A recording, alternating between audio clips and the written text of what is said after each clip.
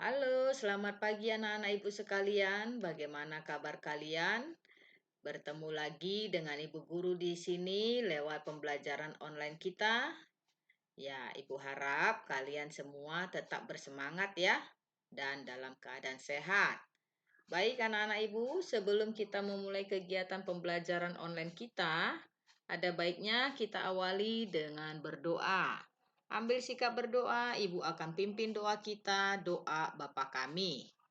Kita mulai demi nama Bapa dan Putra dan Roh Kudus. Amin. Bapa kami yang ada di surga, dimuliakanlah namamu, datanglah kerajaanmu, jadilah kehendakmu di atas bumi seperti di dalam surga. Berikanlah kami rezeki pada hari ini dan ampunilah kesalahan kami seperti kami pun mengampuni yang bersalah kepada kami. Dan janganlah masukkan kami ke dalam pencobaan, tetapi bebaskanlah kami dari yang jahat. Amin. Atas nama Bapa dan Putra dan Roh Kudus. Amin. Baik anak-anak ibu, kita hari ini akan membahas tema 3 tentang tokoh dan penemuan, subtema 2 pembelajaran keempat.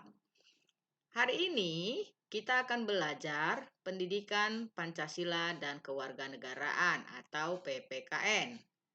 Kita lihat tujuan pembelajaran kita hari ini adalah dengan membaca teks yang ditayangkan melalui slide PowerPoint, siswa dapat menganalisis pelaksanaan kewajiban, hak, dan tanggung jawab sebagai warga negara beserta dampaknya dalam kehidupan sehari-hari. Nah, anak-anak ibu, pada pertemuan kita sebelumnya, ibu sudah menjelaskan pengertian dari kewajiban, pengertian hak, dan pengertian tanggung jawab. Nah, kewajiban adalah sesuatu yang harus kita lakukan. Kewajiban dapat juga berarti suatu tindakan yang harus dilakukan oleh setiap manusia dalam memenuhi hubungannya sebagai makhluk Tuhan, makhluk individu, dan makhluk sosial. Sedangkan pengertian dari hak adalah segala sesuatu yang kita harus terima, segala sesuatu yang harus kita terima, ya. Hak juga merupakan sesuatu yang dimiliki dan diterima oleh manusia karena sebab-sebab tertentu. Nah, coba anak-anak perhatikan, amati gambar yang ada di layar kalian. Melaksanakan kewajiban untuk mematuhi rambu-rambu lalu lintas adalah kewajiban kita sebagai manusia.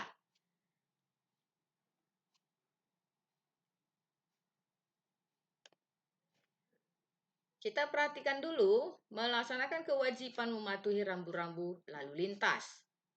Setiap warga negara mempunyai kewajiban untuk mematuhi rambu-rambu lalu lintas tersebut agar hak orang lain untuk mendapatkan keamanan dan kenyamanan di jalan itu terjamin.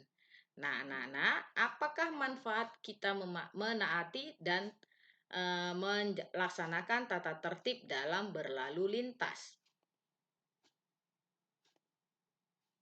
Kita lihat dulu, yang pertama, manfaat untuk diri sendiri.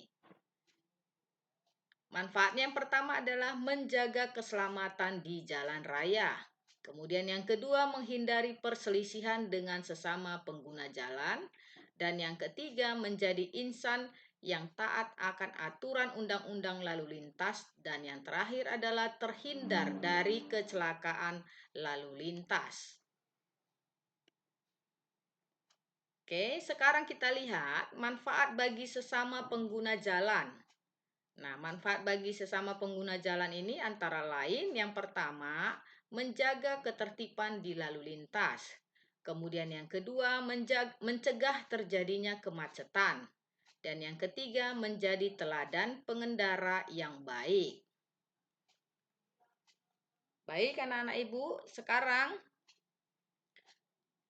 bila kewajiban yang harus dilaksanakan pengguna jalan tersebut tidak dilaksanakan dengan baik, akan dapat merugikan diri pengguna jalan tersebut dan pengguna jalan yang lain seperti terjadi kecelakaan lalu lintas.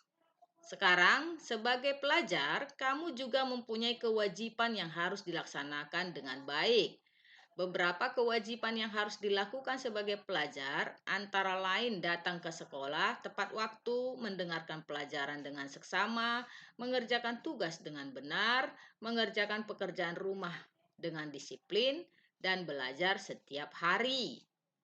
Kewajibanmu sebagai anggota keluarga dan anggota masyarakat juga harus dilaksanakan dengan baik. Baik anak-anak, seperti pada pertemuan kita sebelumnya, Ibu sudah menjelaskan ada beberapa hak anak di sekolah, ya. Ini Ibu ambil contoh mendapatkan eh, maksudnya Ibu akan memberikan contoh hak anak di sekolah, ya, yang biasa yang merupakan hak kamu untuk mendapat eh, materi pelajaran, ya. Kita sekolah untuk mendapatkan ilmu melalui berbagai mata pelajaran. Jadi, jika tidak ada guru yang datang, kita berhak bertanya ke ruang guru dan meminta guru pengganti jika memungkinkan. Kemudian, hak yang kedua yang harus kamu peroleh adalah menanyakan pelajaran jika kamu tidak mengerti. Ya, saat ada pelajaran yang tidak kita mengerti, bertanya saja kepada guru yang bersangkutan. Sebagai murid, kalian punya hak untuk menanyakan materi yang tidak dimengerti sampai kalian mengerti. Kemudian, hak anak di sekolah, hak kamu di sekolah, itu biasanya ada banyak fasilitas sekolah. Salah satunya adalah lapangan olahraga. Sebagai siswa, kita berhak menggunakan lapangan ketika mata pelajaran olahraga dimulai. Nah, sekarang kita perhatikan kewajiban-kewajiban apa saja yang harus kamu jalankan sebagai seorang pelajar. Yang pertama itu menaati peraturan. Setiap sekolah pasti punya peraturan. Sebagai siswa, kita harus mematuhi peraturan itu. Misalnya, datang tepat waktu, memakai seragam yang sesuai peraturan, dan tidak membuat kegaduhan atau keributan ya. Kemudian kita lihat lagi kewajiban apa yang harus dilaksanakan oleh seorang pelajar. Yang kedua adalah saling menghormati dengan orang yang ada di lingkungan sekolah. Di sekolah itu ada guru, kemudian staf, dan teman-teman kita yang berbeda kelas. Kita harus saling menghormati satu sama lain, entah dengan guru, dengan staf, ataupun dengan teman-teman yang ada di kelas lain. Kemudian kewajiban yang ketiga yang harus dilaksanakan oleh seorang anak pelajar atau anak di sekolah adalah menjaga fasilitas sekolah. Kita memang punya hak untuk menggunakan fasilitas milik sekolah seperti lapangan olahraga. Tetapi dengan kita menjalankan kewajiban, kita tidak boleh merusak fasilitas yang ada di sekolah. Baik anak-anak ibu sekalian, itulah tadi penjelasan ibu guru tentang pelaksanaan kewajiban dalam kehidupan sehari-hari. Baik anak-anak ibu, sekian dulu penjelasan ibu. Sebelum ibu tutup, kita tutup dengan berdoa penutup, yaitu doa Salam Maria. Ibu akan pimpin doa kita. Kita mulai. Demi nama Bapa dan Putra dan Roh Kudus. Amin.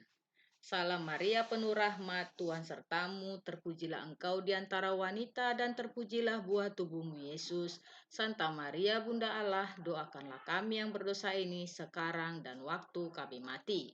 Amin. Demi nama Bapa dan Putra dan Roh Kudus. Amin. Baik anak-anak, sekian dulu pertemuan kita kali ini. Semoga apa yang Ibu sampaikan dapat bermanfaat bagi kalian.